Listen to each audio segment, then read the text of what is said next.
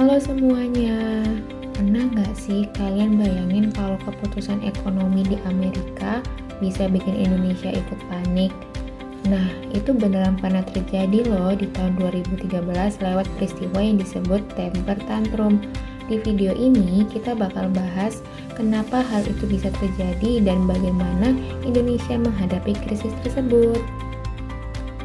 Jadi, latar belakang dari artikel ini yaitu menceritakan tentang setelah terjadinya krisis keuangan global pada tahun 2008, ekonomi Amerika itu lagi kacau banget. Biar ekonominya pulih, Federal Reserve atau The Fed mengeluarkan kebijakan yang namanya quantitative easing atau QE. Simpelnya itu, Amerika menyuntikkan banyak uang ke pasar supaya ekonomi bergerak lagi. Karena uang lagi banyak beredar, investor menjadi ramai-ramai investasi ke negara berkembang, termasuk Indonesia.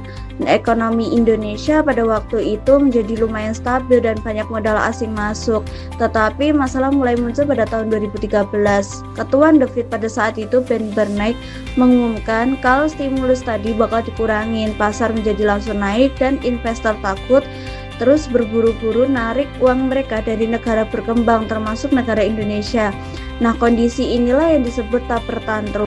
Jadi, Indonesia waktu itu langsung kena tekanan ekonomi. Kenapa? Karena Indonesia punya defisit transaksi berjalan, yang artinya impor kita lebih besar daripada ekspor. Selain itu, subsidi BBM juga lagi besar banget, jadi anggaran negara cukup terbebani. Nah, pas modal asing keluar, rupiah makin melemah, cadangan devisa turun, dan kondisi ekonomi jadi makin nggak stabil.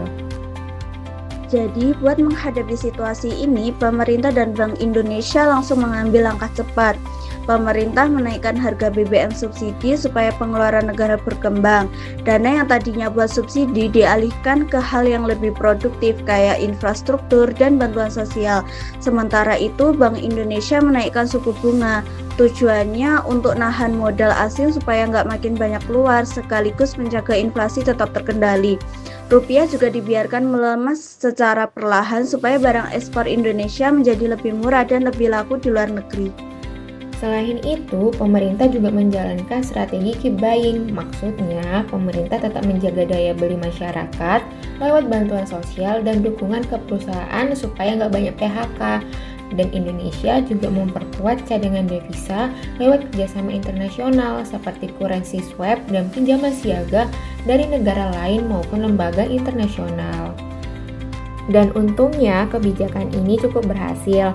Pelan-pelan kondisi ekonomi mulai membaik, rupiah lebih stabil, kepercayaan investor kembali naik, dan defisit transaksi berjalan mulai membaik juga. Pemerintah juga melakukan reformasi ekonomi supaya Indonesia lebih kuat menghadapi krisis di masa depan. Jadi dapat disimpulkan bahwa dari peristiwa temper tantrum ini kita jadi belajar kalau ekonomi Indonesia itu ternyata tidak cukup dipengaruhi oleh kondisi global, terutama arus modal asing. Tetapi di sisi lain Indonesia juga menunjukkan kalau dengan kebijakan yang tepat, krisis besar akan tetap bisa dihadapi. Oke guys, itu tadi pembahasan tentang temper tantrum 2013. Semoga videonya membantu dan sampai jumpa di pembahasan berikutnya.